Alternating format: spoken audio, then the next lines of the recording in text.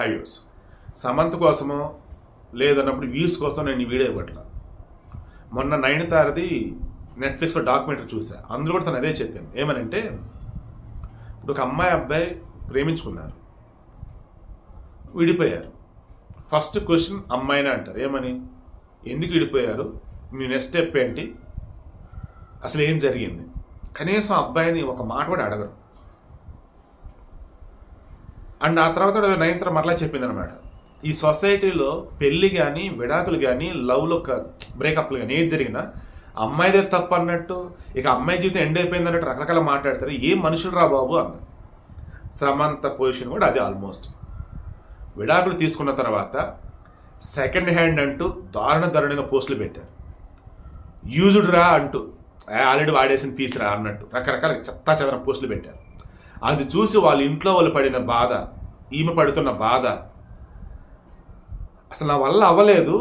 ఒకనొక సమయంలో నేను చెప్దాం అనుకున్నా, యూజ్డ్ అన్న వాళ్ళకి సెకండ్ హ్యాండ్ అన్న వాళ్ళకి ఆన్సర్ ఇద్దాం అనుకున్నా. అప్పుడు నాకు అనిపించింది, బుర్ర బుద్ధి జ్ఞానం ఉంటే ఇటువంటి మాట్లాడరు. అటువంటి అనేవాడికి మనం ఎన్ని చెప్పినా అర్థం కావు అని చెప్పి వదిలేశాను. నా లైఫ్ నేను లీడ్ చేస్తున్నా. ఈ సొసైటీలో ఓ మగాడు ఎంతమంది ఆడవాళ్ళని చేసుకున్నా, ఎంతమంది ఆడవాళ్ళని ప్రేమించి వదిలేసినా వాడు ఎప్పటికీ ఫస్ట్ హ్యాండేనా? ఒక ఆడపిల్ల లవ్ చేసి బ్రేకప్ అయినా సెకండ్ హ్యాండ్. ఒకవేళ పెళ్ళయి విడాకులైనా యూజ్డే.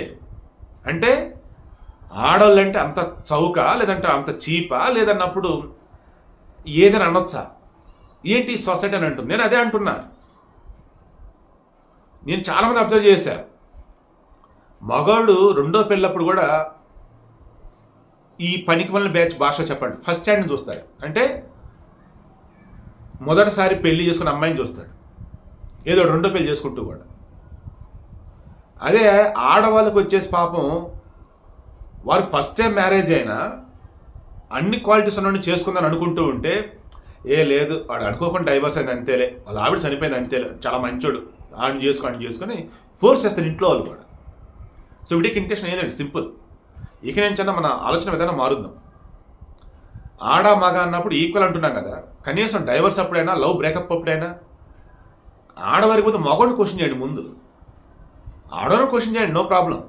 బట్ ఆడవాళ్ళదే తప్పు అన్నట్టు ఆడవాళ్ళని నన్ను రకాలుగా మాట్లాడుతూ పోతే అంతకుమించి దరిద్రం ఇంకోటి ఉండదు.